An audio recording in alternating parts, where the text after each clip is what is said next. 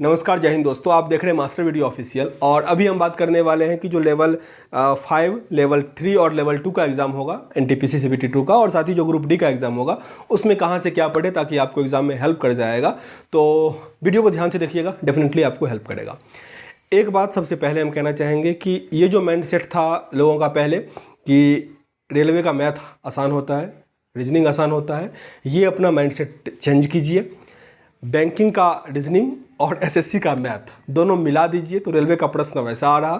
तो practice set जो आपको आसान लग रहा है तो ये मत सोचिए कि ये अच्छा है। हार्ड से हार्ड, चाहे बैंकर्स अड्डा का हो, ग्रेड अप का हो या जो भी हो, हार्ड है इसका मतलब ये नहीं कि ये बेकार है। हार्ड को भी बनाइए क्योंकि वही बेड़ा पार लगाएगा आपका। तो ये तो हो गई ये बात कि हार्ड आसान, ठीक ना। आसान के चक्कर में नहीं रहिए, हार्ड को भी बनाना पड़ेगा। अब बात करते हैं टॉपिक का। तो टॉपिक एनटीपीसी की पहले बात कर लेते हैं। तो वही सेम था जैसा सिलेबस में है कि 50 नंबर का जीके, 35 नंबर का मैथ और 35 नंबर का रीजनिंग था। तो पहले जीके की बात करते हैं। जीके में कौन कौन सा टॉपिक सबसे इंपॉर्टेंट रहा था, किससे अधिक प्रश्न आया हुआ था। तो करंट अफेयर का सबसे अधिक इसमें वैल्यू था क्योंकि 50 में 11 से 12 प्रश्न जो था वो करंट अफेयर का था, और उसमें जो अपॉइंटमेंट था वो 1 से 2 प्रश्न था जो 2022 का था, और जो सारे प्रश्न थे 9 से 10 वो 2021 का था। तो 2021 का करंट अफेयर काफ़ी अच्छे से डीपली पढ़ना पड़ेगा। और ये सेम कंडीशन आपका ग्रुप डी में भी होगा क्योंकि सीजीएल का, एसएचएसएल का सबका क्वेश्चन अगर देखो तो सेम पैटर्न पे जा रहा है जो भी टीसीएस कंडक्ट करवाता है उसका। तो 2021 का करंट अफेयर काफ़ी अच्छे से पढ़ना पड़ेगा डीपली। जो आपको इंपॉर्टेंट लगता है उसके बारे में सब कुछ जानने का कोशिश कीजिए। उसके बाद आर्ट एंड कल्चर 5 से 6 प्रश्न आया हुआ था। काफ़ी छोटा तो होता नहीं है, लेकिन बुक में दिया रहता है छोटा में। तो उसमें अब शास्त्रीय नृत्य नहीं पूछा जाता जो आसान होता है, अब लोक नृत्य पूछा जाता है। जो फेस्टिवल होता है लोकल वो पूछा जाता है। जो तबला वादक, बांसुरी वादक थे उनका नाम पूछा जाता है। तो ये सब आर्ट एंड कल्चर में ज़रूर कर लीजिएगा।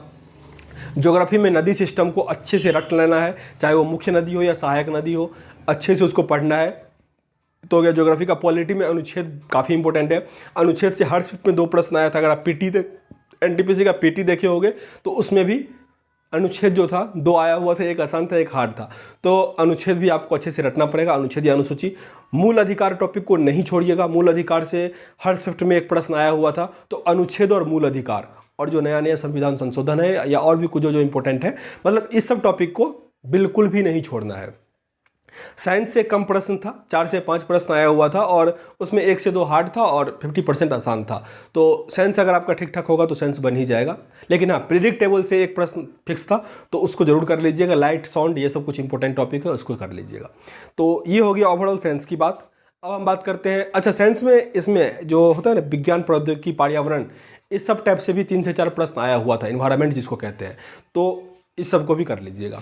अब हम बात करते हैं गणित। गणित में अगर हम एडवांस मैथ की बात करते हैं तो जो मेंसुरेशन का प्रश्न था वो भी थोड़ा ठीक ठाक था। जैसे मतलब डायरेक्ट नहीं था कि आपको आर एच दे दिया गया आयतन या कुछ ऐसा निकालो। 2 का कंपेरिजन करके, जैसे शंकु गोला, शंकु बेलन, इस टाइप का 2 का एक क्वेश्चन में देके दिया गया था तो वो टाइम टेकिंग होता है। तो इस टाइप के क्वेश्चन पर मेहनत कीजिए कि आयतन का अनुपात क्या होगा, इस टाइप का होता है ना, तो उस टाइप का क्वेश्चन बनाइए। उससे 2 से 3 प्रश्न आया था। चक्रवृद्धि ब्याज से काफ़ी प्रश्न आया हुआ था, उससे भी 3 से 4 प्रश्न आया हुआ था, और वो भी अर्धमासिक, 6 मासिक, 8 मासिक, इस टाइप का प्रश्न आया हुआ था। तो चक्रवृद्धि ब्याज से भी हार्ड प्रश्न आया हुआ था, ये देख लीजिएगा। हाइट एंड डिस्टेंस से 2 से 3 प्रश्न आया हुआ था। ये त्रिकोणमिति का ही पार्ट हुआ, पर त्रिकोणमिति से 3 प्रश्न आया था जिसमें 2 तो हाइट एंड डिस्टेंस से था और एक था वो डायरेक्ट त्रिकोणमिति sin थीटा cos थीटा वाला। तो 3 प्रश्न इससे आया हुआ था। अलजेब्रा से ठीक ठाक प्रश्न था, डिफिकल्ट नहीं था, आसानी से बन जाता। टाइम एंड वर्क का प्रश्न जो था उसमें वेतन वाला था, एफिशिएंसी, वेतन, मतलब थोड़ा कह सकते हो डिफिकल्ट। वो डायरेक्ट ऐसा नहीं था कि इसके साथ ये काम करके, तो जिसमें पैसा इंक्लूड हो, एफिशिएंसी इंक्लूड हो, उस टाइप का प्रश्न कोशिश कीजिएगा ट्रैक करने का, बनाने का। जो डीआई का प्रश्न आया था वो आसानी था। अगर छोटा मोटा डीआई भी आप बनाते हो तो वो एग्जाम में आई थिंक बना पाओगे, कहीं कोई दिक्कत नहीं होगा। तो ओवरऑल मैथ में जो आपको परेशान कर सकता था वो सीए एसए का था, टाइम एंड वर्क का था, और जो डिस्टेंस वाला होता है ना, जो बोट एंड डिस्टेंट वाला होता है, मतलब धारा के साथ धारा के विपरीत, वो वाला हाइट एंड डिस्टेंस, ये सब प्रश्न जो था 3-4 टॉपिक, वो आपको दिक्कत कर सकता था। तो उस सब पे काम कर लीजिएगा।